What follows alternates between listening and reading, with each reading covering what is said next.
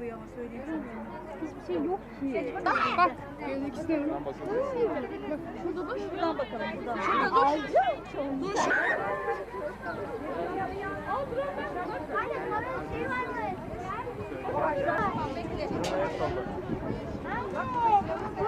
Gel şuraya gel. Şuradan bakalım.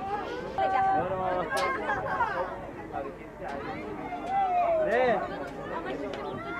Bu etrafındaki kuşlara saldırmıyor mu? Yok. Aşk olsun.